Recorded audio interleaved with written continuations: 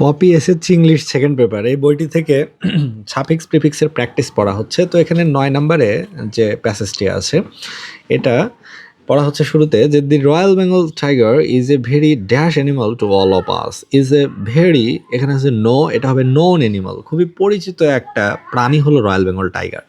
It is our dash animal, it is our national animal, এটা হচ্ছে আমাদের জাতীয় পশু। It is a dash animal, এখানে আছে ফেরোসিটি, এটা হবে ফেরোসাস, FEROCIOUS, ফেরোসাস অ্যানিমাল মানে হিংস্র প্রাণী। But dash to look at, but এখানে আছে বিউটিফাই, এটা হবে beauty FUL, beautiful to look at, অর্থাৎ এটা দেখতে অত্যন্ত সুন্দর, সুন্দর একটি পশু।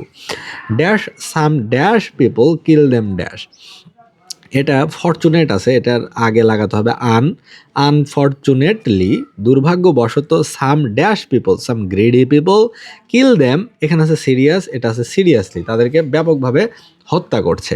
Das it is going to be fast it's, এখানে আছে এক্সটিংক্ট, এটা হবে এক্সটিংশন, এভাবে এটি ধীরে ধীরে বিলুপ্তির পথে যাচ্ছে। আবার government should take dash steps, এখানে আছে নিড, এটা এটা আসলে নেসেসারি মনে হয় ছিল, বা এরকম নিড, আচ্ছা নিড থেকে নেসেসারি আসা যাবে, take necessary NECESSARY, necessary steps to save this world dash animal, এখানে আছে ফেম, এটা হবে ফেমাস অ্যানিমাল, অর্থাৎ এই বিখ্যাত প্রাণীটিকে সংরক্ষণের জন্য, বাঁচিয়ে রাখার জন্য সরকারের উচিত পদক্ষেপ গ্রহণ করা।